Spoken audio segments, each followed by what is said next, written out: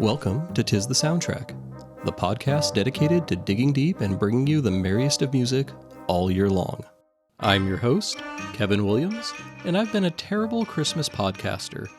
In the 2-month run-up to Christmas, the period of time when Christmas podcasts are releasing their largest amount of content, the time when the most new listeners are tuning in, I didn't drop a single episode. That's right, it's now mid-January, and the last episode I released was my Christmas Podcast Day episode covering the 1985 Fishbone EP, It's a Wonderful Life, way back on November 1st. No, this wasn't part of some calculated strategy to game the holiday algorithms, nor was it some kind of performance statement to eschew talking about Christmas during the Christmas season. It was nothing even remotely that exciting or clever. I just ran out of time. That undetected shower leak, which led to that unplanned bathroom remodel I mentioned back in October, consumed most of my November podcasting time. I was also gifted a large unplanned IT project in early December. And when I was able to find time, I was battling a pair of colds that left most of what I was able to record completely unlistenable. Assuming I can make it through this, you will be listening to my third attempt at recording this episode. Fingers crossed. So, instead of spending the small amount of free time I had over the holidays recording and editing, I chose to spend it with my family instead. An awful decision for content, but a great decision for my own mental health and well-being. Now I'm busy re-recording and stitching back together all of the episodes I'd started over the last 2.5 months. Today is the first of those episodes, and the second installment in our History of a Christmas Album series, The First Format War. In the last History of a Christmas Album episode, we covered the rise and fall of sheet music from the mid-1800s on through to the 1910s. In this episode, we'll pick up where we left off last time, or, more accurately, slightly before where we left off, and take a look at the period of time starting with the first commercial sound recordings in the late 1880s and ending with the industry adoption of the 78 RPM record in 1925. This era saw a rapid evolution in sound recording technology, spurred on by the battle between Thomas Edison's wax cylinders and Emile Berliner's shellac discs to dominate the home market. As we discussed in Part 1, sheet music, propelled by the new marketing and distribution techniques of Tin Pan Alley and the availability of cheaper mass-produced pianos in the late 1800s, experienced peak sales shortly after the turn of the 20th century. But, within 2 decades, the medium was in freefall, largely due to the advent of radio and the growing popularity of recorded music. Thomas Edison introduced the phonograph in 1877, and while we could easily fill an entire episode on that topic alone, we're going to try to stick to just the highlights. Soon after Edison unveiled his sound recording technology, Alexander Graham Bell's Volta Laboratory introduced the graphophone. Bell's device was based directly on Edison's design, but the graphophone had several improvements, including the move from a tin cylinder to capture sound recording to a wax-coated cardboard tube. Neither the phonograph nor graphophone was originally envisioned as a music playback device. They were designed to be dictation machines, used by businesses to capture, store, and replay audio, replacing the need for stenographers. Edison quickly moved away from the graphophone to other inventions, allowing a businessman named Jesse Lippincott to purchase his speaking graphophone company and exclusive rights to his patents. Lippincott also purchased a stake in the American Graphophone Company and sales rights to the graphophone.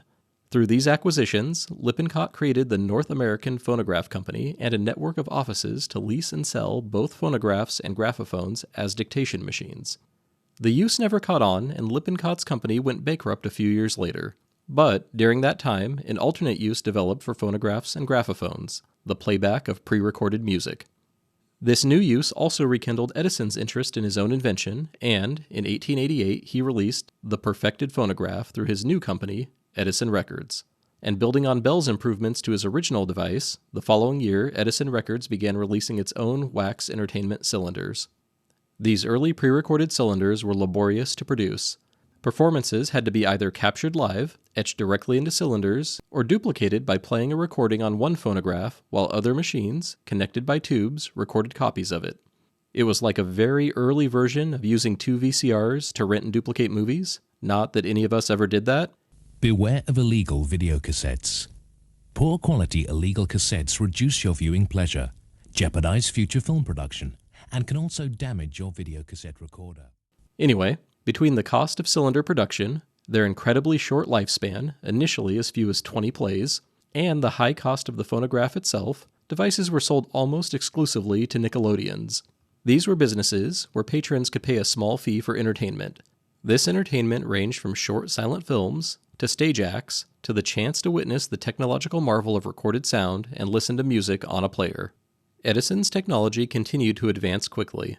He refined the ability to mass-produce cylinders from a single master recording, and the cylinder's composition was improved, moving to a harder wax formula that could withstand hundreds of plays, not tens. These advances, along with the development of much cheaper phonograph devices that were specifically targeted for in-home use, ushered in an era of sound recordings in the late 1890s, mirroring the rise of pianos and sheet music a few decades earlier.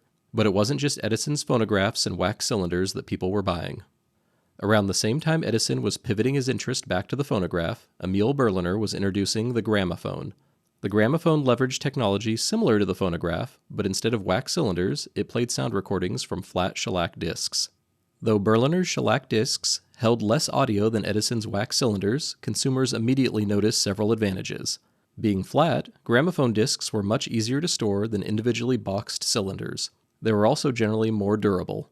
And unlike wax cylinders, which were completely covered with the recording surface, discs had a bit of unused room at their centers, the perfect spot for a label. This might seem trivial, but it was actually quite a big deal. If your cylinder was separated from its box, you no longer knew who and what was on it. Discs could carry all that information along with them, smack dab in the middle, on their label. Hi, Future Kevin here. While editing, I realize I skipped over an important bit of information. It's true that Edison's wax cylinders initially contained no information about the track directly on the cylinder. That would change as Edison moved to new manufacturing processes, which you'll hear past Kevin explain in just a moment. First, the title was etched into the dead wax. That's the area of wax coating the cylinder that doesn't contain any audio. Later, the track information would be printed on the edge of the cylinder. But for these earliest sound recordings, the ones that contained neither etched nor printed information, they did have a unique way of informing the listener what they were about to hear. They used spoken introductions, announcing both the song and performer before the music began to play. Here's an example. Tribute station, the cigarette body, by the Edison Quartet. While still nowhere near as convenient as a label, it is an interesting bit of history. Okay, back to you, past Kevin. Oh, and then there was the ability to record on both sides of a disc. That was another big one, allowing for 2 unique tracks on a single piece of media. All of these consumer advantages, paired with the easier mass production of media and mechanically simpler, less expensive playback devices, gave Berliner's shellac disc a clear lead. Edison did continue to improve the wax cylinder during this time, first with the gold-molded process to create higher quality mass-produced media, and then later with his line of superior blue amberol cylinders, which swapped the wax for celluloid, a durable early plastic. But, seeing the writing on the wall, in 1912 Edison pivoted from the cylinder and released his own disc format, the diamond disc record. Edison's diamond discs used the same vertical groove format as his wax cylinders, with the sound produced by the needle moving up and down in the groove. This gave his discs a longer playback time and superior audio quality for the time when compared to all other disc manufacturers who use lateral groove discs, where the sound is made by the needle moving back and forth between the left and right sides of the groove. But this also meant that diamond discs were expensive and could only be played on equally expensive diamond disc phonographs, which themselves were incompatible with discs from other manufacturers. This was Edison attempting a walled garden 100 years before Apple, just without the massive base of cult-like fanboys needed to pull it off successfully. Apple customers showed a brain empathy response toward Apple that was exactly what you'd see in the way you would respond to somebody in your own family. Strangely, Samsung users didn't have any positive or negative responses when good or bad news was released about their brand. The only evidence that Samsung users showed was reverse empathy for Apple news, meaning if the Apple headline was negative, their brain reflected a positive response. Sorry, I couldn't resist. That same year, Columbia Records, one of the largest independent producers of both cylinders and discs, abandoned Edison's platform to focus solely on the gramophone. Edison continued releasing both discs and cylinders until 1929, but from 1915 onward, all new releases were recorded for disc, with the cylinder being merely a dub, produced for customers who owned the now older cylinder phonograph players. This is similar to the early 2000s, when record labels were still producing cassettes of their top releases, but they were clearly an afterthought. The first format war was over, and the winner was Berliner's lateral cut shellac discs. This coalescence of the sound recording industry around a single format also helped solidify a standard. The earliest discs were recorded at speeds varying anywhere from 60 to 130 RPMs, though most fell somewhere in the 60 to 90 RPM range. Many players employed speed regulators, or governors, to allow listeners to adjust the revolutions of each disc in an attempt to match the recording speed. In 1912, the gramophone company chose 78 RPMs as their recording standard and started producing new players that advertised this standard and had the governor preset to the speed. By 1925, the 78 RPM standard was being adopted by all major recording companies as their recording and playback speed. Wax cylinders had been dying for over a decade, but I consider 1925 the true end of the format war, since it marks the point when the recording industry as a whole settled on both a single format and a single recording standard. And though it wouldn't become commonplace for another 2 decades, and was created mainly as a way to distinguish the shellac discs of this period from the vinyl LPs and 45s that would come to replace them, this standardization is what led to the term 78. Another important term that started appearing around this time was the record album.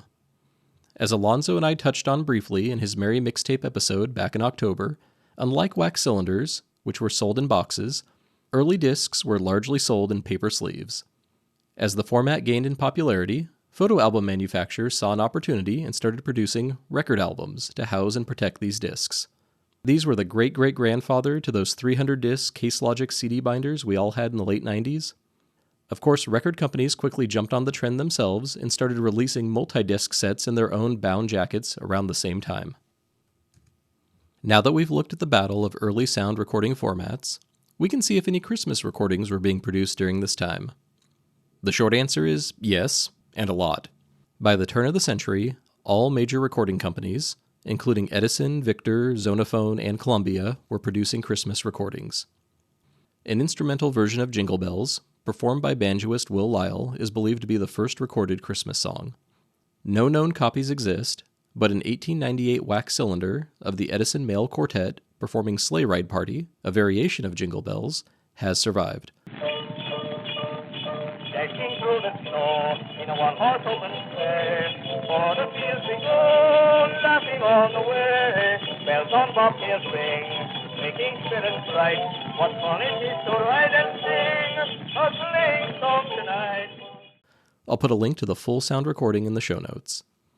The University of California, Santa Barbara is home to the discography of American historical recordings, and, using their online search tool, I was able to find Christmas recordings in their archive all the way back to 1901. Popular early recordings included Joy to the World, Silent Night, O Tannenbaum, Adesta Fidelis, Auld Lang Syne, and the aforementioned Jingle Bells. Another great resource for early Christmas sound recordings, or early sound recordings of any variety, is archive.org's Great 78 project, which now contains over 180,000 preserved sound recordings. I'll link to both the Great 78 project and UCSB's Discography of American Historical Recordings in the show notes. One interesting difference between this period and the one that preceded it, while there are plenty of Christmas recordings during this time, there doesn't seem to be a lot of new Christmas music being created. I'm not sure if this was due to the shift from sheet music to sound recordings, disincentivizing the creation of new Christmas music in favor of recording existing songs, or if it was more of a result of the general focus at the time on traditional hymns and carols, but it was hard to find new Christmas music between 1900 and 1925. It's also possible that there was in fact new Christmas music, but none of it had a lasting cultural impact like the music of the periods immediately preceding and following it. That's the answer Google's AI gave me, though I think there are some flaws with it. As we've discussed, the first 2 decades of the century saw the proliferation of sound recordings. If there was truly a forgotten treasure trove of Christmas music from this time, there would have been some record of it, pun intended. But I was hard-pressed to find anything. In fact, the only new Christmas song, and by that I mean song written specifically for Christmas, that I could definitively pin to this period is 1909's Christmas Time Seems Years and Years Away by Irving Berlin and Ted Snyder. Christmas chimes mean happy times for you and time will you be mine and never more to part. Outside of that, we have to get a bit more creative. The Parade of the Tin Soldiers was composed by Leon Jessel in 1897, but it wasn't co-opted by the holiday season until Nikita Balif's vaudeville revue, The Bat, hit Broadway in 1922. Balif's show included a version of the song retitled to the much more Christmas familiar Parade of the Wooden Soldiers. This version became wildly popular and led to several hit recordings throughout the 1920s, including versions by Carl Fenton's orchestra, the Vincent Lopez Orchestra, and Paul Whiteman and his orchestra.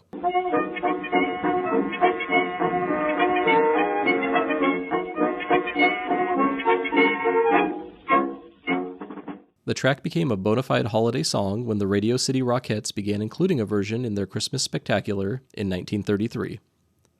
Similarly, the songs Toyland and March of the Toys, both from Victor Herbert's 1903 operetta Babes in Toyland, didn't have a strong Christmas connection out the gate. It wasn't until the 1950s that these songs started popping up on Christmas albums, including Joe Stafford's Happy Holidays in 1955 and the 1957 album Christmas Music by the previously mentioned Vincent Lopez Orchestra.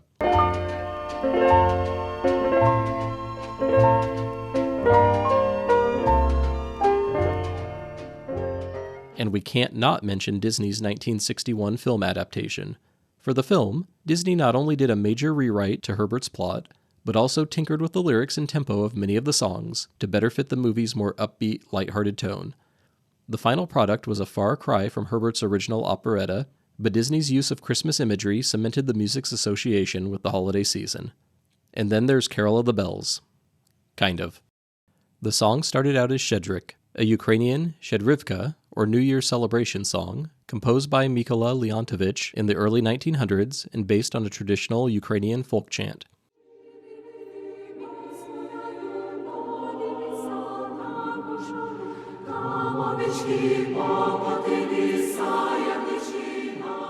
The song tells the story of a swallow who flies into a home to inform the family of their prosperous new year ahead.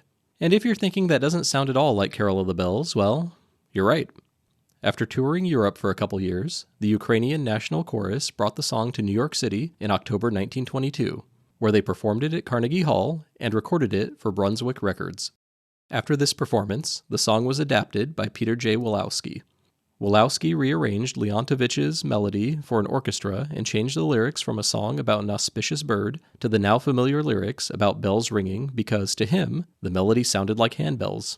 Wolowski's Carol of the Bells quickly became popular, in no small part because of his role as arranger for the NBC Symphony Orchestra, which allowed him to get his song in front of a large audience. But that all didn't happen until 1936, a full decade after the period we're discussing today. And that's it. That's all I could find. Beyond sound recordings, Christmas sheet music was still being sold, albeit less each year, and Christmas songs were starting to appear on the radio. While it was nothing like the modern radio stations that do the full format flip to Christmas sometime in November, that wouldn't start happening until the very end of the 1980s. As soon as commercial licensed stations came on the air, around 1920, you could find familiar holiday tunes around Christmas time. This was a mix of both sound recordings and live performances, as most of the large early broadcasters employed their own live orchestras. Makers of Maxwell House Coffee present 60 star-studded minutes filled with Christmas cheer and holiday spirit from the Metro Goldwyn Mayer Studios in Hollywood. And with that, we'll end Part 2 of our History of the Christmas Album series. In Part 3, we'll take a look at how the introduction of the electric microphone ushered in the next advance in recorded music, and explore the heyday of the 78 from the 1920s to World War II. I want to apologize again for how long it's taken to release this episode, as well as thank you for continuing to tune in. Thank you for listening to 'Tis the Soundtrack. You can find all of our past episodes on YouTube, Apple Podcasts, Spotify, or wherever you get your podcasts. We don't judge, but we'd sure appreciate a like or subscribe while you're there. You can also find us on Instagram, Threads, and Blue Sky, all under the handle @TisTheSoundtrack. Our website is tisthesoundtrack.com, and you can get in touch with us via email at kevin@tisthesoundtrack.com. Our intro music is Krampus Workshop by that wizard of most everything audio, Kevin MacLeod. You can find him and his work at incompetech.com. All other music, songs, and snippets of audio used throughout this episode belong to their respective copyright holders and are used solely for the purpose of commentary. Links to all the music featured in this episode are available in the show notes or episode description for you folks on YouTube. Cheers, and a happy late New Year.